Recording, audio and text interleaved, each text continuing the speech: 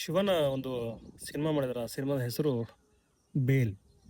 ಪವನ್ ಒಡೆಯರ್ ಅವರು ನಿರ್ದೇಶನದ ಈ ಬೇಲ್ ಚಿತ್ರದ ಒಂದು ಫಸ್ಟ್ ಲುಕ್ ರಿಲೀಸ್ ಆಗಿರುವಂಥದ್ದು. ಸೊ ಈ ಚಿತ್ರದ ವಿಶೇಷ ಏನಂತಂದರೆ, ಶಿವಣ್ಣನ ಖಡಕ್ ಪಾತ್ರ ಮತ್ತು ಅದರ ಬಿಹೇವಿಯರ್, ಹಾಗೆಯೇ ಜೊತೆಗಿರುವಂಥ ಒಂದು ನಾಯಿ, ಮಳೆ, ಕೊಡೆ ಅಥವಾ ಛತ್ರಿ. ಸೊ ಇದೆಲ್ಲ ಎಲಿಮೆಂಟ್ಸ್ಗಳು ಇಡೀ ಚಿತ್ರಕ್ಕೆ ಒಂದು ಬೇರೆ ಥರದ ಫೀಲ್ ಕೊಡ್ತಿದೆ ಅಂತ ಹೇಳಿ ಅನ್ಸಕ್ಕೆ ಶುರು ಆಗುತ್ತೆ ನಮಗೆ. ಈ ಹಿಂದೆ ಬಿಟ್ಟಂಥ ಒಂದು ಪೋಸ್ಟ್ರು ಅದು ಗಮನ ಸೆಳೆದಿತ್ತು. ಈ ಒಂದು ಟೀಸರ್, ಫಸ್ಟ್ ಲುಕ್ ಟೀಸರ್ ಏನಿದೆಯಲ್ಲ, ಸೊ ಇದು ಇಂಟ್ರೆಸ್ಟಿಂಗ್ ಅನ್ಸುತ್ತೆ ನಿಮಗೆ. ಸೊ ಎಷ್ಟು ಇಂಟ್ರೆಸ್ಟಿಂಗ್ ಅಂದರೆ, ಇದರಲ್ಲಿ ಒಂದು ಡೈಲಾಗ್ ಬರುತ್ತೆ. ಏನಪ್ಪ ಅಂದರೆ, ಅದು ಕೆಲವು ಸ್ವಭಾವಕ್ಕೆ ಧೈರ್ಯದ ಅಭಾವ ಬೀಳಲ್ಲ ಅಂತ ಹೇಳಿ ಈ ಲೈನ್ ಹೇಳ್ತಾರೆ ಶಿವಣ್ಣ. ತುಂಬ ಚೆನ್ನಾಗಿದೆ ಅದು. ಇದನ್ನು ಯಾಕೆ ಹೇಳಿದರು ಅಂತ ಹೇಳಿ ನೀವು ಟೀಸರ್ ನೋಡಿದಾಗ ಗೊತ್ತಾಗುತ್ತೆ ನಿಮಗೆ ಯಾಕೆ ಇದನ್ನು ಹೇಳಿದರು ಶಿವಣ್ಣ ಅಂಥೇಳಿ. ಹಾಗೆಯೇ ಇವರ ಒಂದು ಇಂಟ್ರೊಡಕ್ಷನ್ ಸೀನ್ ಅದು ಚೆನ್ನಾಗಿದೆ.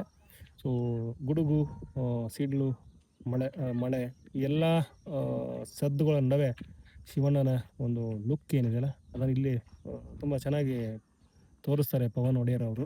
ಸೊ ಈ ಒಂದು ಚಿತ್ರ ಏನಿದೆಯಲ್ಲ, ಇದು ಫಿಕ್ಷನ್ ಅಲ್ಲ, ಅಂದರೆ ಕಾಲ್ಪನಿಕ ಕಥೆ ಅಲ್ಲ. ಹಲವು ಸತ್ಯ ಘಟನೆಗಳನ್ನು ಇಟ್ಕೊಂಡು ಮಾಡಿದಂಥ ಬೇಲ್ ಸಿನಿಮಾ ಇದು. ಸೊ ವರಮಹಾಲಕ್ಷ್ಮಿ ಹಬ್ಬಕ್ಕೆ ಈ ಸಿನಿಮಾ ರಿಲೀಸ್ ಆಗುತ್ತೆ. ಸೊ ಅದಕ್ಕೂ ಮುಂಚೆ ಈ ಒಂದು ಫಸ್ಟ್ ಲುಕ್ ಟೀಸರ್ ಬಿಟ್ಟಿರುವಂಥದ್ದು. ಸೊ ಟೀಸರ್ ಸಂಬಂಧಪಟ್ಟಂಗೆ ಇನ್ನಷ್ಟು ಹೇಳೋದಾದರೆ, ಇಲ್ಲಿ ಪ್ಲಸ್ ತುಂಬ ಇದೆ, ಅದರ ಮೈನಸ್ ಒಂದಿದೆ. ಏನಂದರೆ, ಒಂದು ಮಾತಿತ್ತು ಶಿವಣ್ಣನ ವಿಚಾರದಲ್ಲಿ.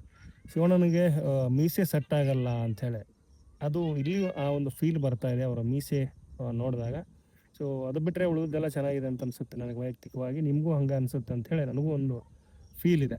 ಸೊ ಇದರ ಹೊರತಾಗಿ ಈ ಚಿತ್ರದಲ್ಲಿ ಸಾಯಿ ಕುಮಾರ್ ಅವರಿದ್ದಾರೆ.